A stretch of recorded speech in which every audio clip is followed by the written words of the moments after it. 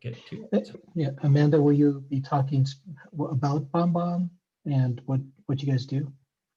Yeah, What the I'll company talk a is? little bit about that too. That's good. It's a good question.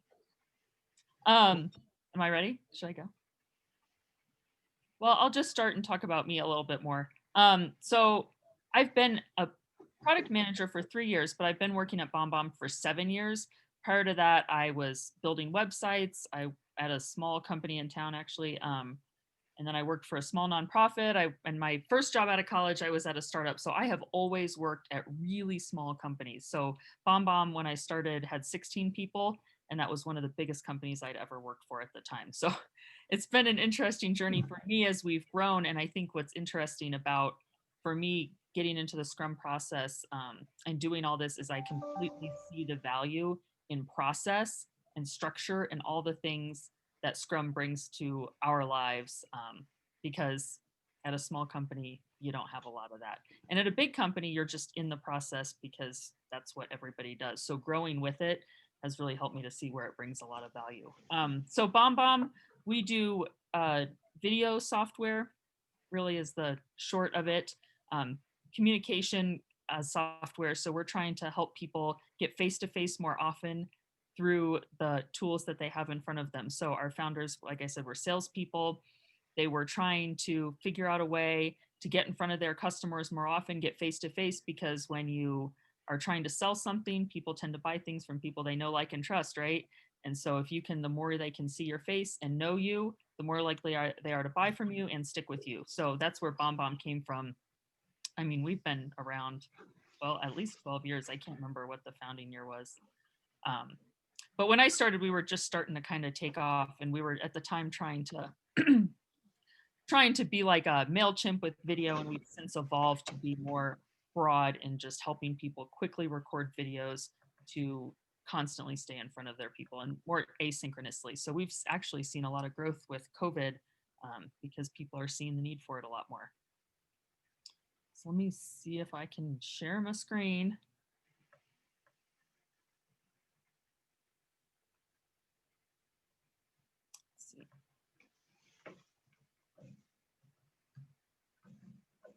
Oops, I didn't want to do that. I'm not very good at this. There we go. Can you guys see that? Oh, yeah. Yep, okay, thanks. So yeah, what I want to talk about is our Scrum process. So I started doing product management at BombBomb 3 years ago, but we started Scrum 2 years ago. So there was a time period there where we were just trying to have a product department and get organized in our development process. When I first started at BombBomb, we, let me see if we can go, there we go. We were a really small company, like I said, 16 people. We were pretty nimble. We were sales-led. Our founders were salespeople. They were really the ones building our product. Between our 2 founders and our CTO, or now is our CTO, but our tech lead at the time, just would come up with ideas, be out there talking to customers, and our tech department would build whatever they could as fast as they could, get it out to people, see how it worked, and then do it again. So we just were kind of scrappy and doing everything just by the seat of our pants a little bit. And we found as we grew that we really started doing some really big feature builds. We would get these really big ideas and we'd build them as fast as we could, but even then they were starting to take a long time, and we didn't have a sense at the beginning of the build really how long it was going to take. We didn't have a QA department, so all the devs were just QAing their own stuff. We really weren't testing. We just didn't have the structure that we were going to need to grow. So we realized that we needed to make a change. We needed to scale. We needed to get better at estimating. These are all the things we know about Scrum, right? We needed to measure our velocity, and our leadership really needed to step back from product development. We needed them to go lead the company and create the vision for the company, and we needed to find a way to have the people under them start to develop the product ideas and make quality product. We really saw a big need for quality too. We were able to release stuff and quickly fix bugs, but we really had a hard time with releasing bugs. There was a lot of technical debt, a lot of bugs getting out, and we just needed to get on top of all of that stuff. And so these are really kind of what happened 2 years ago. We did a lot of stuff at once, but we started with Scrum. I'll talk then. We talked, this is Jeff Patton and Jeff, I don't know how to say his name, Golef. We went to a training, a few of us, by those two people, and then we read the inspired book. So between those three things, that's what really changed our organization. And we did, it was a lot. I really, Jason, you might help me on some of the details because it was so much, so fast that it's a little foggy sometimes because we dove all in as fast as we could. Yeah, So I think just to make a comment, we officially started implementing Scrum in February, like mid or late February. And it was in May that we started implementing Marty Cagan, that book. And somewhere in between, you guys, UPMs went to a training with those two. So Yep. February, March, April, and by May, yeah, you're right. well, and how long after you started, Jason, did we run our first sprint? Do you remember that? Maybe 4 weeks. Yeah. I think it took about a month to try to figure things out and see how to implement it. And yeah, it was under 4 weeks we started the first one ever. Yeah. It was fast. And so we actually had attempted to run Scrum years ago when we were much smaller. But the person we hired to help us run Scrum would have called that Scrum butt. We do Scrum, but we don't do this or this or this or this, right? We were doing a modified model of it and letting some of it slide. And it really showed in the results of running that Scrum process. It didn't stick. We saw no value from it, and everybody felt like it was a burden rather than a help. So and we did that all on our own when we did it. We just, we read an article, we read a book, and along we went. So this time around, I think what we learned from the first round is that we need help. We need somebody to hold us accountable. And so we hired Jason to be our Scrum Master, and then a man named Robert Yen. He was a consultant and had helped tons of other companies switch to Scrum. So he really was very instrumental in having us stick to the process. We organized into teams. Prior to this, there were 2 PMs and then a dev team, very separated from each other. And so instead, we've had each PM take a chunk of the developers and kind of start working directly with them. We had UX designers, but we kind of kept them separate for a little while. Like I said, we stuck to the process. Like we were by the book, everything exactly as it said. And we just ripped off the Band-Aid. We completely dove right in.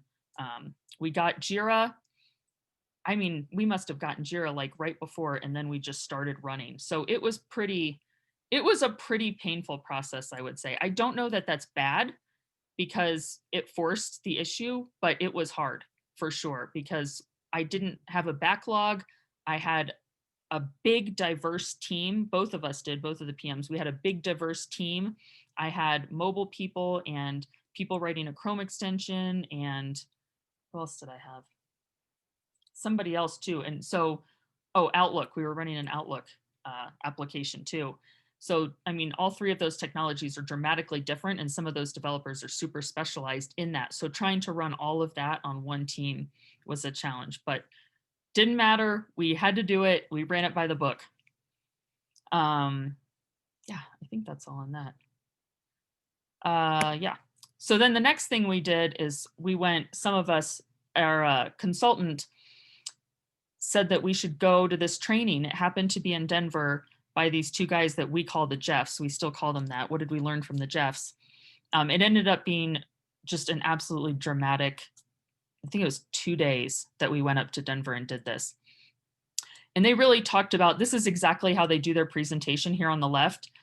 One of the Jeffs will talk, but this guy that's sitting, he talked a lot and he drew everything as he went. He did all these great drawings. So it was super interesting presentation, and they had us do a lot of hands-on stuff too, but it really introduced discovery into what we were already doing, the Scrum process. And I don't have a really good illustration. I couldn't find it. They have a good illustration of how this works, but they talked, it was interesting because it was a product management certification class, but it really didn't talk about Scrum very much. It almost entirely talked about everything that comes outside of Scrum and how you, what I call, feed the Scrum machine. How do you know, right? As a product manager, my job is to create a backlog of, I just lost the word. Not valuable, but pertinent I can't think of the word, but pertinent work for the development team to do, right? I want to make sure they're doing the right work at the right time, and I want to have a backlog full of that stuff. And so this discovery process is how you know that the work that they're doing is valuable. It's how you come up with ideas, test ideas, and get a cycle going over there. And then when one of those things is successful, you find that there's value in it, it drops into the Scrum cycle, and then you build a real thing through Agile, right? And you tweak it from there. But first you have to know that the idea you have is valuable. So that's what this really brought to us, was this like mind-blowing discovery process. It introduced us to user story mapping. If you've never heard of that, they have a book, User Story Mapping, that I would highly recommend, that talks about how to really look at the customer journey. And again, with the making hypotheses, testing them, and doing all that stuff as cheaply as you can outside of development. And maybe getting development involved in a little bit, but always like, what's the next smallest test we can be running to know that the work we're doing is the right work. And again, the test and iterate, so that getting that cycle going, so that way when we make a build, the developers make a build, we know it's the right build, and they're able to really spend their time honing in on making a quality product because they already know it's the right product. And then the third thing we brought in was inspired. And this really brought in this concept of triads, which really revolutionized our process. So each of our teams now have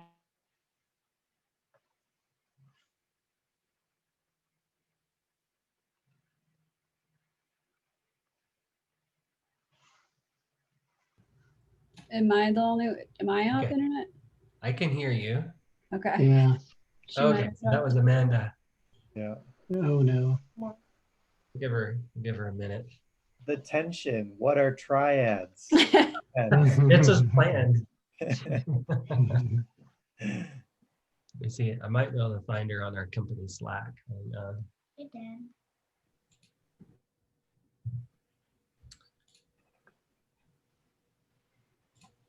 although if her internet totally went out, I won't get her here either, but I'll try. Has anyone outside of BombBomb read this inspired book? And where are I have not, Yeah, anyway. although I just put it on my to-read list. I just put it on my Goodreads as well. Okay, she's Okay. replying back. Anybody know the story mapping book she was referring to? What is the name of that book? It talks about the customer journey. Mm. I think she said it was just user story mapping, but I'm not sure. Yeah, it was called User Story Mapping. It's by the Jeffs. Yeah. So her computer decided to reboot on its own. So she'll be back. She was just chatting with me, so we'll just hang out for a minute or two till she's able to come back. Hopefully she's on a Mac, not a Windows. Otherwise, it'll be a while. Oh, I think she is on a Mac. Yeah. Yeah. So And Jason, I've got a couple of questions. I'm not sure if I should wait and ask it later, or my question is more around the journey. What made you go to Scrum versus any other methodology of doing, why not XP or some other methodology? That's a good question.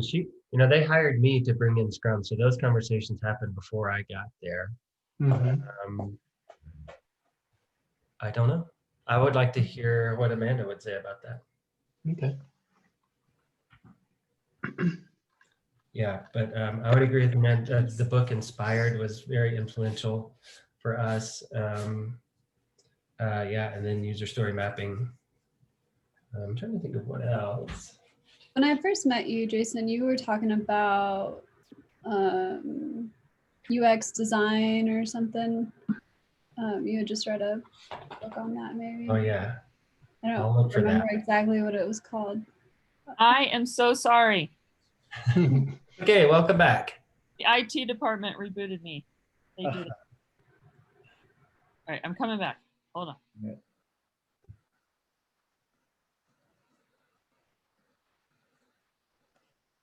When I refer to my IT department at home, it's usually my son.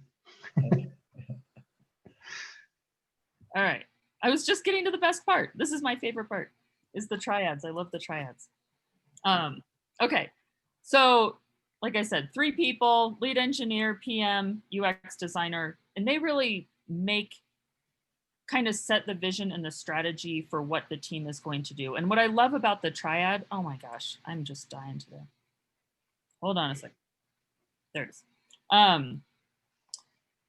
is that it's really like decision making and everything is split between those 3 people. Like everybody's got to say, this is what Inspired says, everybody's got to say it's a third, a third, a third. But when there's not a consensus on what to do, then the PM breaks the consensus. So it makes it really clear as to where the decisions are coming from and who's making them.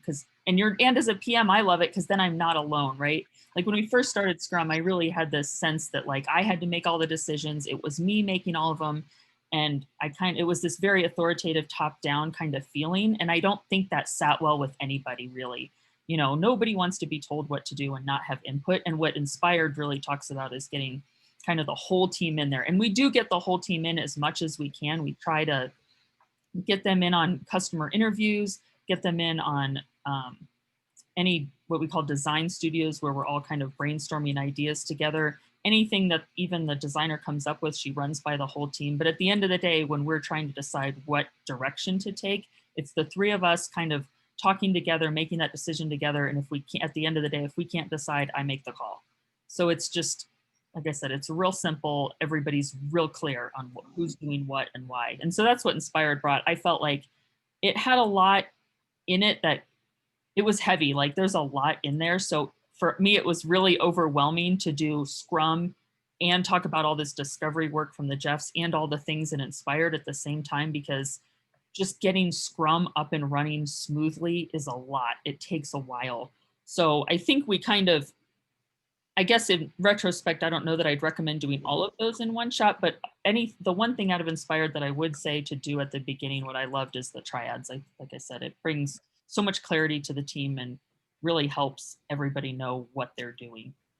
Sorry, could you spend maybe just a couple minutes more on explaining who the triads are and like what their roles are in the team? Yeah, I guess I didn't give it. Yeah. So the product manager, and their role is to look strategically out. So we don't have POs. So I do a lot of I spend probably at least half my time just writing stories in the backlog, you know, making sure all that stuff's prioritized. And then during a sprint, making sure that everything's getting done the way that we think it should. I'm the final approval on all stories in a sprint. But what Marty really talks about, Marty Cagan, the author of Inspired, in the PM role is that I'm really responsible for the long-term strategy and how what we're doing fits into the business goals. I'm responsible for making sure that we've got information from CS, from our customer success people, from our business, our sales people, from our marketing people, from the whole company, and that I'm putting work into our development cycle that fits in with all that, and just thinking ahead on all that stuff, if that makes sense. And then the lead engineer is really responsible for how things get built, right? Making sure that the architecture's there. He really helps me break down projects. So I come, and especially with the UX person, we come and go, this is what we want to build. We've run it by customers. We've tested it. We've made prototypes. We feel it's valuable. This is what we want to do. And he really helps us bust that down into buildable chunks and decide how we're going to architect that. So I don't have to be involved in any of those. I mean, I am involved, but I don't have to make those tech decisions, which I should not be because I'm completely unqualified for that. And he really drives that. So when we're in the sprint and there's any questions about how are we going to build this, that's the lead engineer. And he's also thinking ahead too on architecture, like how is this going to fit into our product long term? He works with all the other lead engineers to make sure that what we're doing fits in with the other teams, things like that. And then our UX designer does most of our discovery work, does a lot of talking to customers, designs everything, and not just like the final design, but all the sketches. So we'll do a lot of sketching and run that by customers and internal stakeholders. Like, what do you think of this? How is this solution? They'll just come up. And that's one of the things that the Jeffs talk about is rapid iteration on that stuff. So that's what our UX designer will do, is like fast sketches, get validation on it, which means talking to people and getting people to go, yes, that seems like a good solution, and doing that as fast as possible. So that way we can learn and fail as fast as we can, and then get things into actual work as fast as we can. And the three of us really work together too when we do have like, okay, we want to build this big thing. Here's kind of what we're thinking. The three of us work together to break that down into launchable chunks and testable chunks too. Even once we get it into the sprint cycle, even though we validated it, we know it's a good solution, we still break it down from there, right? Because that's part of Scrum and Agile. You want to launch things in small iterations so you can get even more feedback on them. So we really work together to do that, but that's where our lead engineer is the most helpful in like helping us think about it from an architecture, like what makes the most sense technically standpoint. And then the UX designer and I are more of like the what makes the most sense from our customer viewpoint, if that makes sense. Does that answer it, Jason? Yeah, that was really good. Thank you for giving a little more detail on that. Yep. And that's Inspired is really a very like high level book in that way. It's not super tactical, and it does a lot of talking about the roles and making, it just helps bring a lot of clarity to the roles and what all they do, how they work together. Yeah.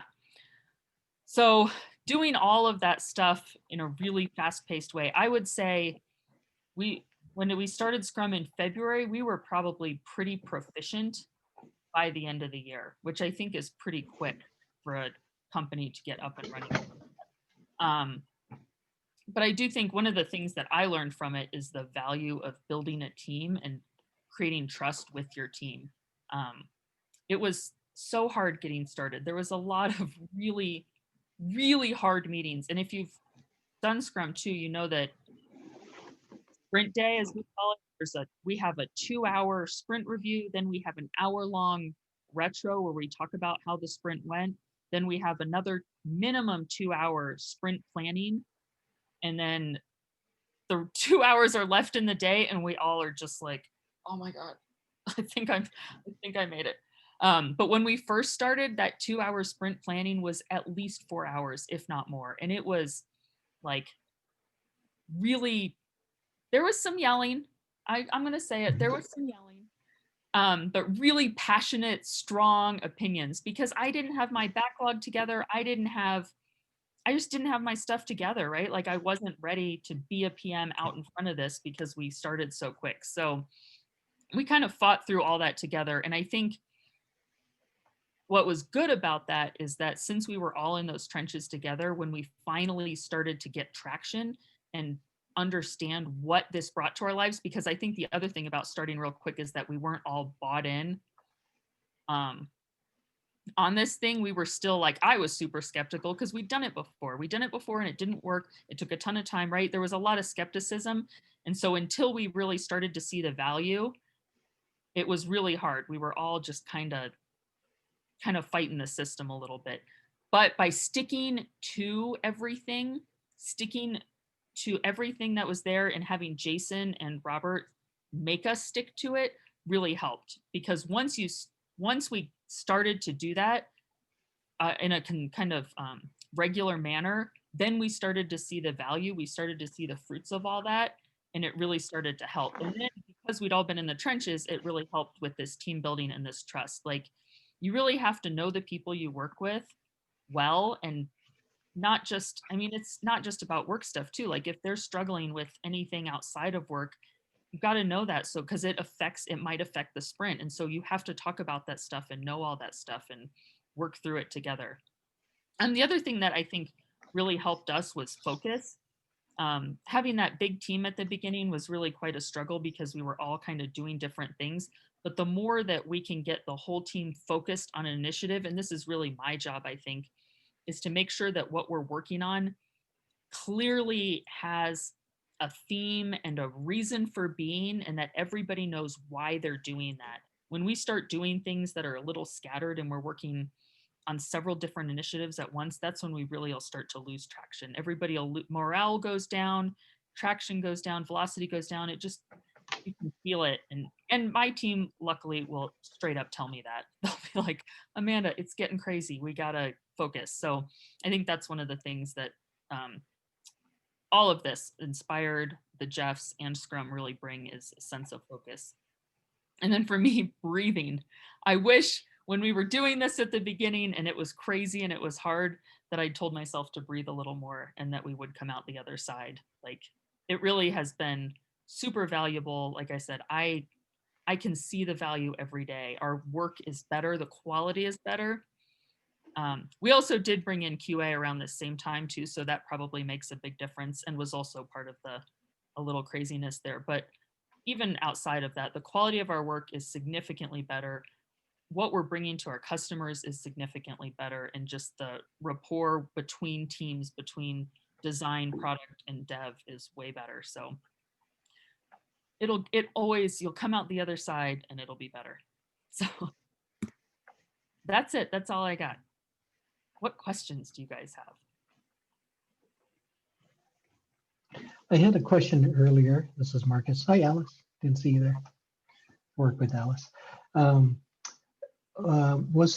Did you back into Scrum because you're trying to fix an urgent problem, or was the intent to always become a Scrum team and Scrum organization?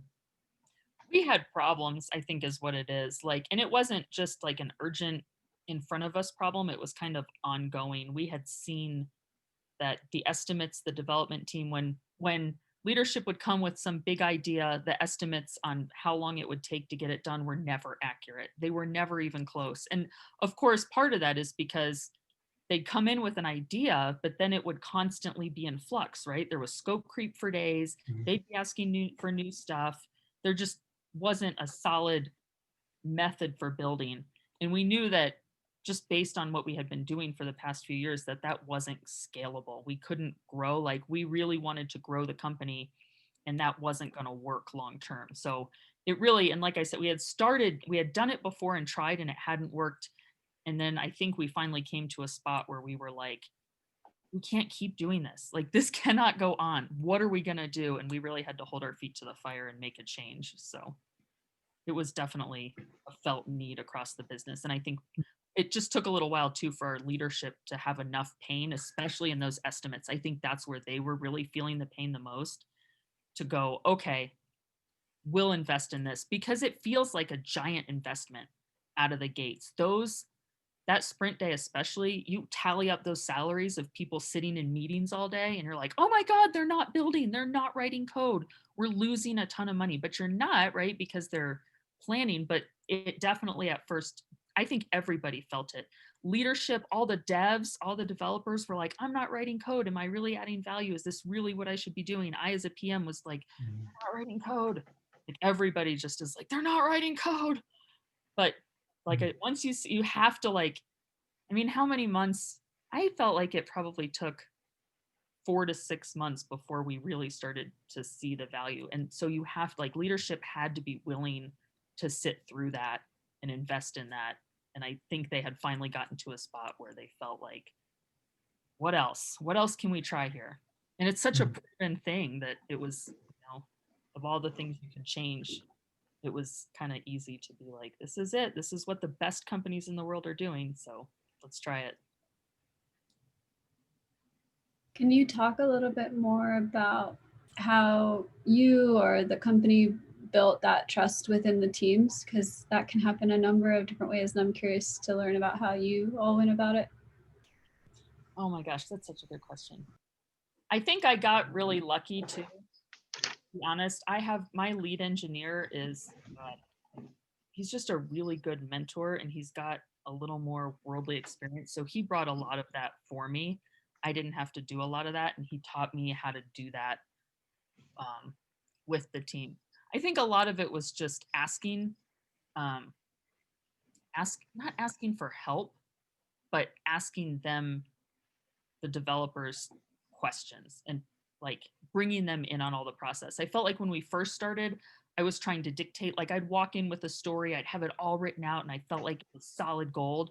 And then they'd start poking at it, and it would be this like personal attack, right? And then we'd start fighting about it, and that would be the breakdown of everything. Whereas when I started rolling in with stories where I still did a pretty good job of vetting them, but I knew they were incomplete. And I started rolling in going, okay, guys, what am I missing? What am I not seeing? What questions do you have? And I posed it that way and really brought them in, because it's so, I don't like the way that they make it the product manager's backlog.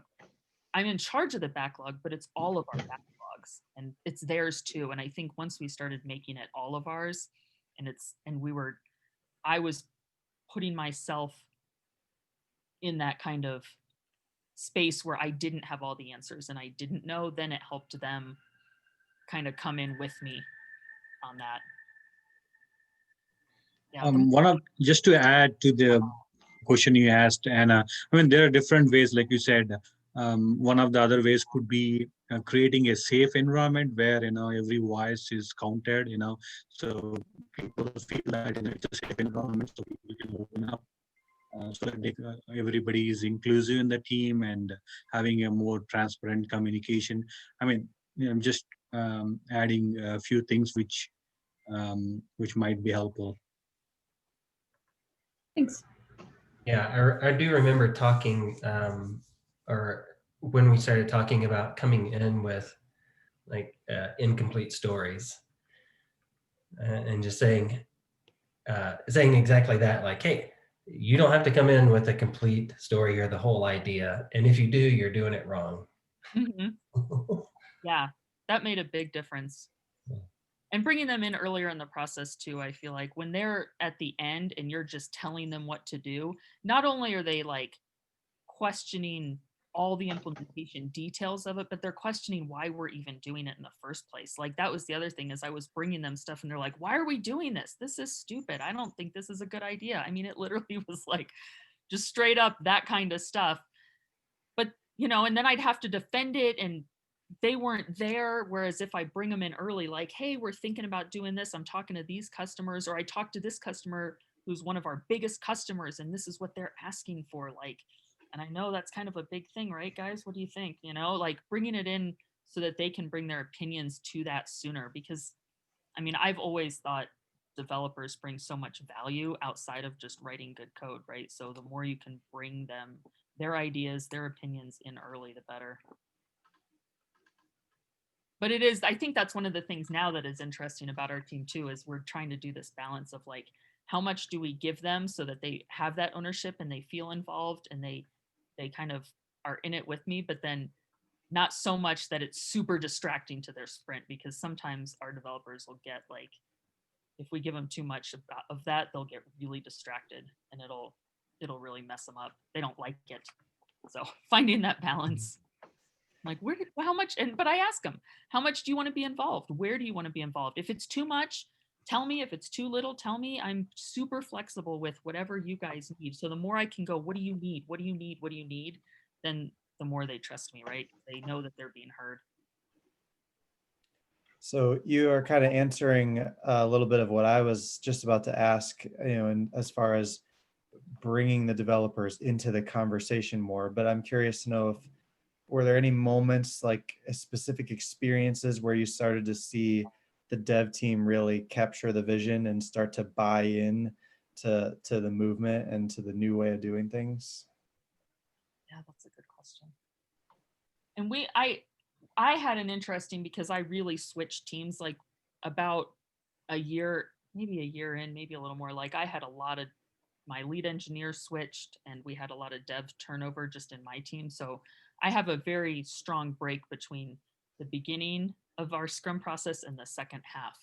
And I do think that first round with that first team that I had, we never quite got to that spot of trust and really getting it to the right place. I'm trying to remember where. Yeah, when I got this team and we kind of got an initiative that we were going to quit doing one thing and start doing another. So we kind of had a nice, clean, like we're going to start a new thing spot. And when we did that and started that from scratch with the discovery process and bringing them in on that, I think that's it. It worked out that we had a really clean spot that we could say like, okay, we're starting a new thing. Everybody come in and do this with us. And that's where I think maybe they were in on a lot of stuff where maybe they didn't need to be. Maybe we overdid it, but it was good to err on that side for a minute too. But I think, I don't know if you find a spot where you can start in a new project and bring them in early. I mean, they were sitting in, I was inviting them to every single customer interview I was doing.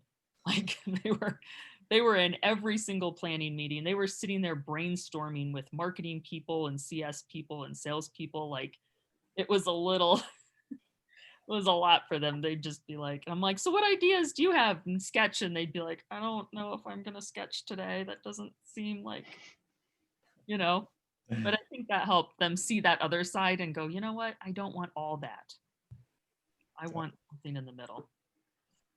Yeah, I think at my observation was that kind of at the base of it, you are demonstrating their value to the team, right?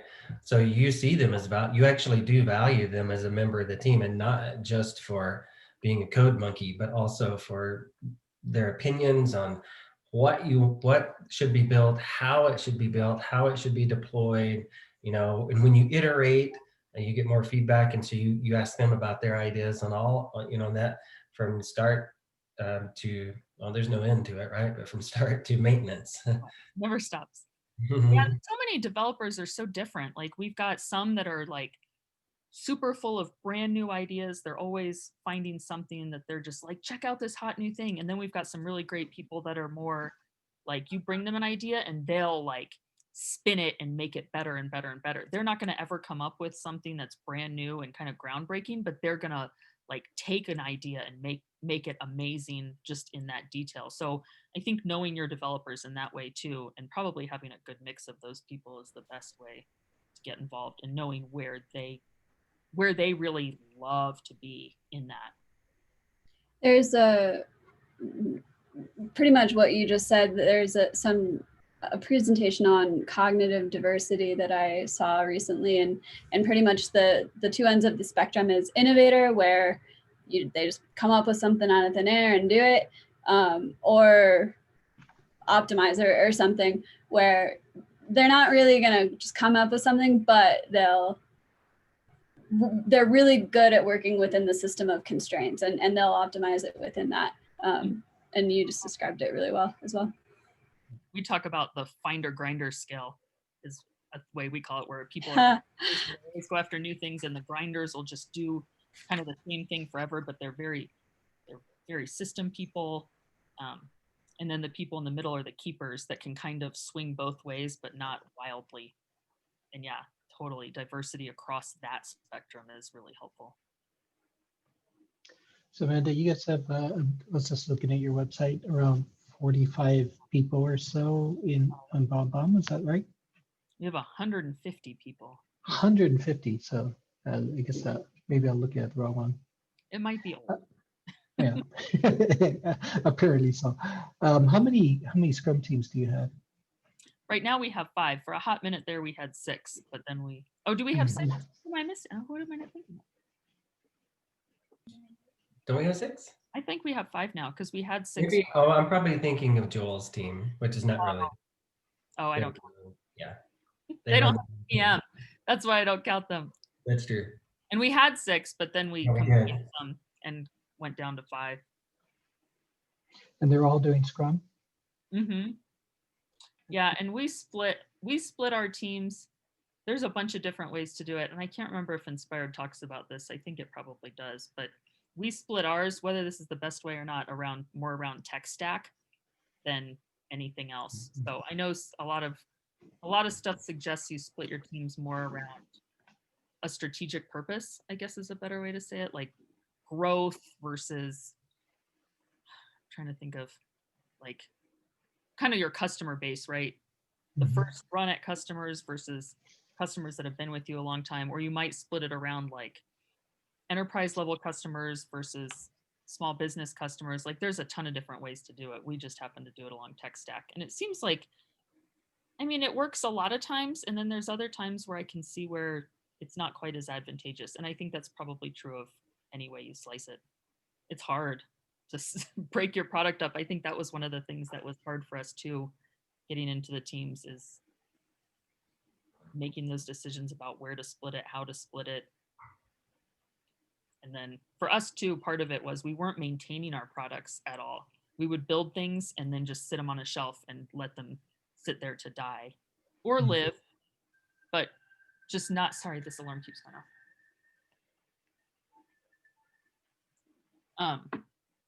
And so part of it for us was getting teams together that would maintain products too, and constantly be looking at it, talking to customers and improving it. So Can you talk a little bit about how you all are doing maintenance or support or whatever you call it, and if that has taken on a different type of team structure, or if you do some DevOps practices, or what that looks like right now?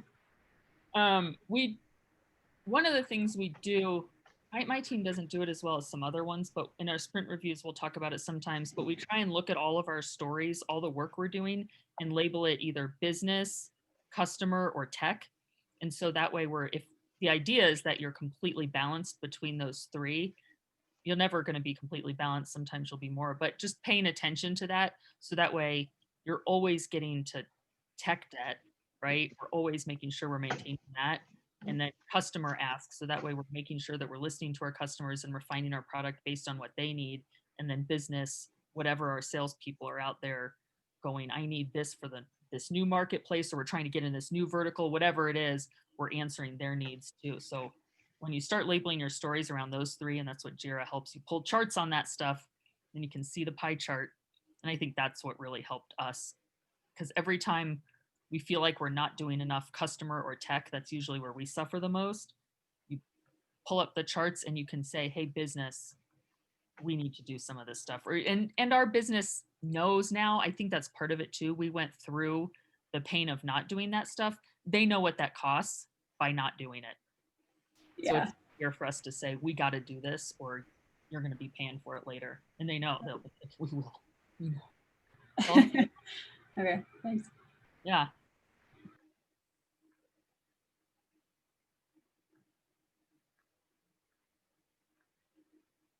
Any other questions? Do you all have experience with Scrum? What's your level of experience with Scrum? I'm a Scrum Master. I've been Scrum Master for about a year and a half. Done a little bit of product, was originally a software engineer. Oh, nice. I'm on the developer side. I'm early on in my career and got certified as a Scrum Master earlier this year out of curiosity of learning the process. And so I am not currently practicing, but I'm an interested observer. Mm.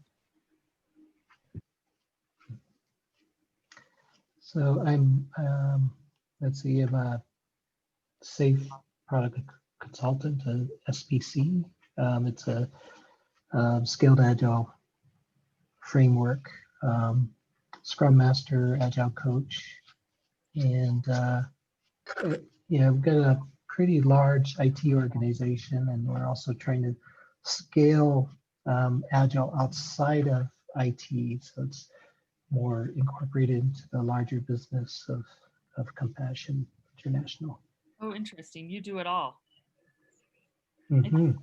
I think what's been super interesting about, like, we've seen so much success now with our development team that our marketing team and some of our other teams are starting to try to attempt to run Agile and Scrum practices.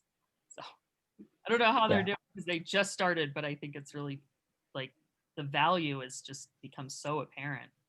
Mm-hmm. Yeah. Alice, are you able to speak? I saw your text. Hear me now? Yes. Oh, yay. So I am a safe product owner at Compassion. I came from Focus on the Family, where we did practice more Scrum. And it's a little different than safe. So I'm enjoying learning though, safe and scaling and growing, and that I do have my eye, however, on becoming a Scrum Master Agile coach. Myself, Prasad, I was a Scrum Master. I was more interested towards leaning towards safe and less. I'm curious towards learning the concepts within the the same scale, framework and the less framework. Especially because I'm working in a huge financial company. So we are leaning towards more safe implementation and less implementation going forward. Thank you.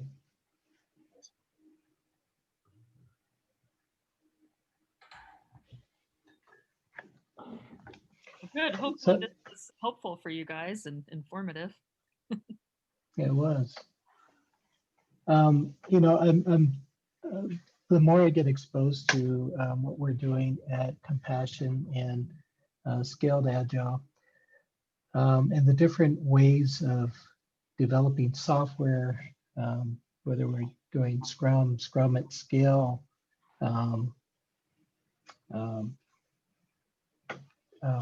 test-directed development, what's the other ones? You know, the different methodologies, I keep having to go back to, you know, why we're doing it. Because we can apply a lot of different methodologies for getting the work done. But in many cases, the question is why? Is it because the company wants to be able to be agile and able to pivot on a dime? Is it to get the product out first to market? So those are the type of questions I start asking myself as I start to practice this. So I'll direct it in the form of a question, and that is, you know, why was there a need for your company to move to be agile, and also why Scrum? Why not another methodology? Oh, I don't know why not another methodology. Honestly, I'm not sure what the thinking was there. I wonder too if really I mean, our founder, our company really is just like hard and fast. And so I feel like we're going to look, I'm guessing what would happen is we look across the board at everything, just pick one and go. Just and you commit to it too. Like we need to make a commitment to one and go with it. I don't know. Yeah, I don't know why we just, I don't know if you know that, Jason, why we picked Scrum in particular. I was trying to remember my conversations back during the interview process. I do remember talking about it, but I don't really remember exactly what Patrick said, other than he had a bit of experience with it before, right? When you guys tried to implement it, even though it wasn't successful, you had some idea of what it was. You had also tried to do, at least on some teams, a bit of Kanban, again, kind of on your own, not without a lot of assistance from anybody else, without any coaching. And he said, we just needed exactly what you said earlier. Like the idea was, hey, here are the problems we have. Like we're not delivering value consistently. We're not able to estimate how long something is going to take us, and therefore we can't really calculate the cost before we take it on. And we're not, and it changes all the time. Here's a shiny thing. We go and we build that shiny thing not very well, and then you leave it on the shelf to either live or die on its own, and then you go to the next shiny thing. So there are multiple things that they were multiple problems that were trying to be solved at the same time. And I think that's where the Scrum brought in the rigor. I think we just didn't have any rigor and process. But then with the Jeffs, one of the things that the Jeffs talked a lot about is how many times has a development team built something that's awesome, that you think is going to be awesome, and it ends up being just a thud, they call it. It's not wildly successful and it's not an obvious failure, but it just kind of like meh. right? And so what the discovery stuff hopes to bring is that you don't have any more of that meh stuff that's just sitting there like taking up space because you're supporting it and you're maintaining it and it's costing you server space or whatever it's doing, but it's not really adding a lot of value for your customers and a lot of money to your company at the end of the day, right? It's all about how much money you're adding to your company. Yeah, I would say that's probably right. That sounds right to my memory. Was that Scrum with it bringing more of a focus on that cycle of, hey, we've got this we've got this time constraint that we're putting on ourselves of the sprint, and we're going to focus on this one thing for 2 weeks, and we're going to build it really well, or this section of this one thing. Then we're going to stop. We're going to take a look at it. We're going to see how we did. Then we're going to do another 2 weeks, and we're going to have this focus time. And I think that is what they wanted, was a focused effort for a short amount of time. Take a step back, look at it. Is it good? Do we need to change it? Now focus again. And that iteration cycle. I don't know if I think too, I don't know this for a fact, but I think our developers were exhausted too.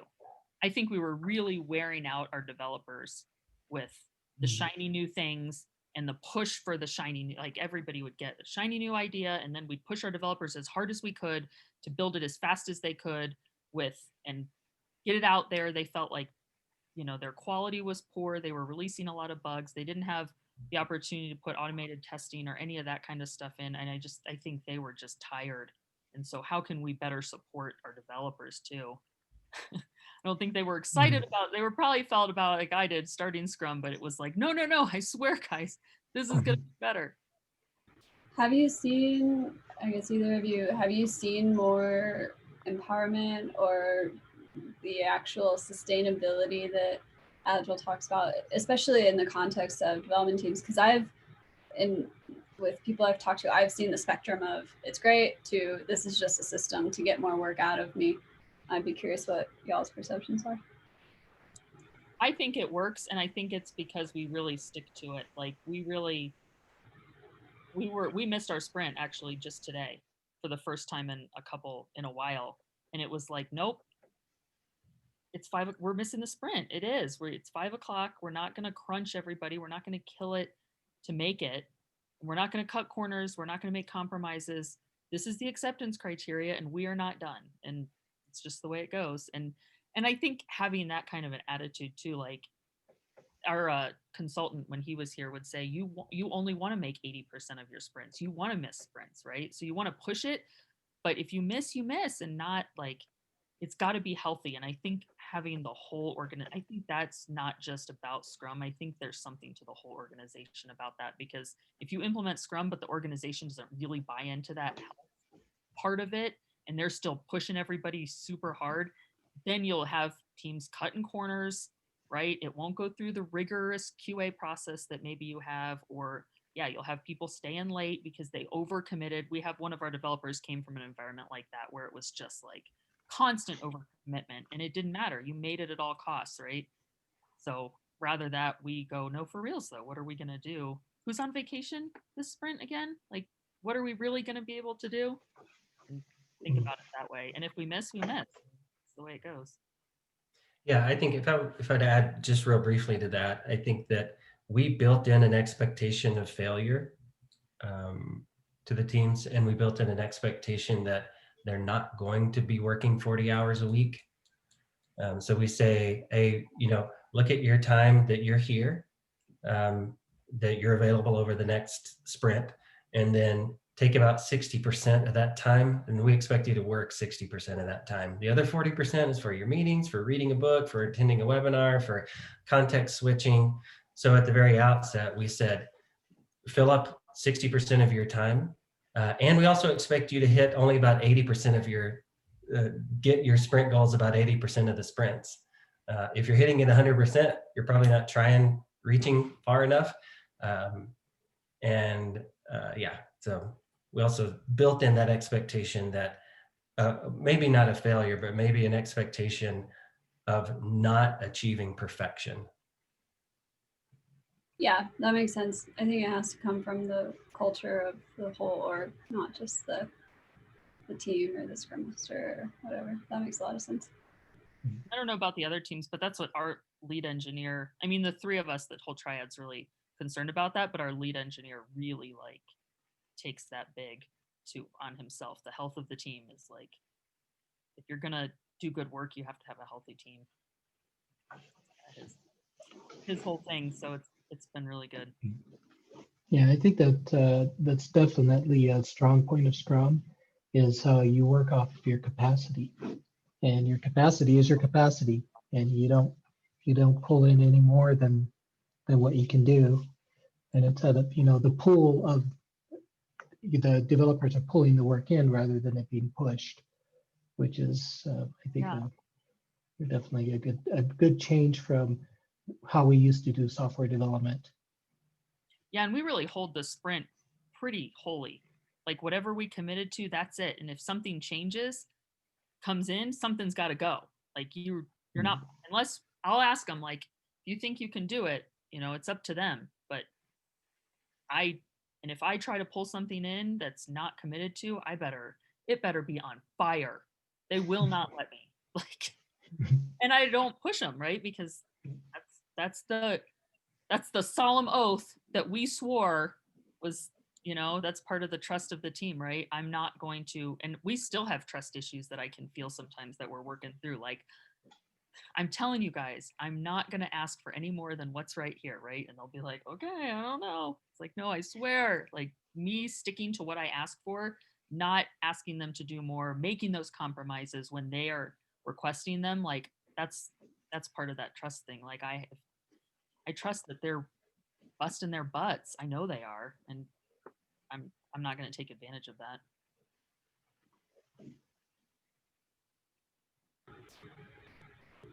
This was really informative.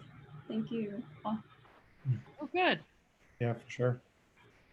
Yeah, tell us a little bit about the health of the company, if you don't mind. How do you know that you guys have been successful in implementing safe, or not safe, but your agile journey? How do you know that you're making a difference? It's a lot of it comes down to that estimates. Like when we tell leadership now what we're going to do and in what amount of time, it's pretty accurate. And so now they can trust what we're saying, whereas before they couldn't. They'd be like, yeah, you said 3 months, but it's either been 6 or you're not going to do everything that we want, right? So I think that communication and that timeline is really, that was the first way that we really saw, I guess, that we know that it's working. Mm-hmm. So predictability. Yeah, predictability and a better rapport. It's really a better rapport with our senior leadership too. I think we still, as a product team, are working on how to make sure that they're aware of everything that we're doing, because there's so much as we get more and more. I mean, we're pushing through so much more work. That's the other thing, is they can see like how much is happening, right? We used to only do one big thing at a time. Now we're, with all these teams, we're pushing through tons of stuff at a time. And we can see our customers are just getting what they need more. We actually saw our churn rates go down. And some of that might be due to some of the efforts over in our customer success, but I don't know what percentage I can attribute that to our development teams, but I think it's a lot. I really think that makes a big difference. That's cool. It's always like any business owner, it's all about the money, right? And if they can see churn go down and they can see happy customers, then that makes a huge difference. I think they're seeing that reward now in that way. Did you say the same, Jason? Sorry, looking to unmute. Yeah, I would say that our measure of success that I can see, that I hear about most often, is probably comes through in our customer interviews. So from what I hear about that, so when you go and you are talking to a customer about whatever that you're talking to them about, first off, we're engaging customers way more than we used to, right? I would never talk to customers. Anything I knew about customers, I heard from people that had gone to trade shows or were on the phones. Yeah. never for customers. And now I talk to them all the time. And in fact, I just got pulled in with our biggest customer the other day. They'll pull product managers in to be like, hey, our customers just talking about some stuff that they'd love to see or they were interested in or have questions, like, hey, I'll talk to them. Right. So, and exactly, and that shows up in our churn rate has seen significant drops, and our growth in enterprise customers also, I think, speaks to that. Just a better product overall through all the tiny steps forward that have happened over the past 2-3 years. She's testing and iterating. It's a testing situation right there. Cool, thanks. We appreciate Yeah. that. Thanks for the questions. This has been helpful for me to I can't believe it's been 2 years. Yeah. It feels like a lifetime ago, and that it just did it. Like both at the same time. Well, from an outsider's perspective, I actually had forgotten that it had only been 2 years because of the amount of situations. It sounds like you've gone through. You've gone through a lot. Seems like a long 2 years. Yeah, it's been a lot for sure. And we added, when was that? I guess that was a little over a year ago when we added more product managers. So Yep. for the first year, it was just like 2 product managers. And Yeah. then it was just unsustainable. It was crazy what we were doing. I couldn't keep up with the backlog of all those people. And so we added 3 other product managers. And that was when I felt like we saw the most improvement, I guess, because we'd already seen it. But then once we right-sized our teams, I guess I would say. We right-sized our teams, and then it got a lot better. I think Probably go ahead. I was going to say, probably your throughput increased significantly once you added those additional product managers. Yeah, and we dedicated the UX people. At first, we had the UX team kind of separate. And then when we brought the UX designers and dedicated them each to a team, it seemed like that was the same thing where you're like, what are they going to do? Like, how are we going to keep them busy? And no, we keep them plenty busy, especially once we started getting them in on more of the discovery process, talking to customers and looking at data. I guess that's the other thing too that we really brought in that made a huge difference is we brought in a data team and started to be able to measure our success that way. We couldn't do that before. We'd make changes. We didn't know who was clicking where. We didn't know why.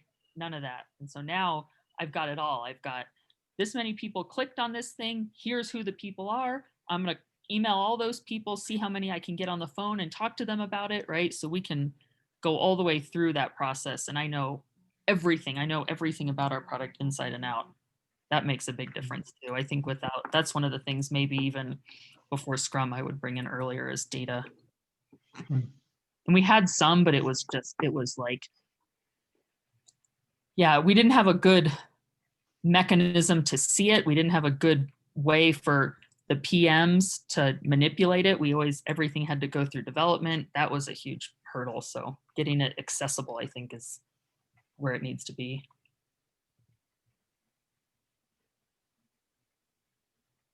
Yeah, we did do a lot in 2 years. Ooh. I gotta run. Thank you. This is very useful. Have a good evening. Good. Thanks. Yeah, well, thanks, Amanda, for joining us and letting us in on that story. It was good for me to hear it too, because I'm like, wow, we did do a lot in 2 years. It's so fun to hear from someone else's perspective too. Yeah, it is. That's good. It's confirmation. Cool. Well, we just to plug our group, we meet every, what is it, the second Tuesday? Is that what this is? Second Tuesday of every month. And we'll be doing it again in February. And we're going to be hearing from Paul Borland, who is going to be speaking about sprint reviews and how to do those effectively. So I'm looking forward to that because, like Amanda briefly mentioned, ours is like 2 hours long, and we have 6 teams actually in the sprint review. it's a beast. And so I'd like to get some ideas on how to make that better. Yeah, that'll be good. I think Yeah. ours are pretty good, but they're long for sure. Yeah. Cool. Well, everybody, thanks for showing up. We appreciate you. This recording, along with the rest of them, will be put up on our website, and I'll just drop a message that it's up there when it's available. And you can go look at this one and others if you choose. Have a good night, everyone. Nice to see Thank you. you. Thanks, Amanda, for the beautiful insights. Thank you. Oh, you're welcome. Thanks for listening. Thank you. Bye. Night. No.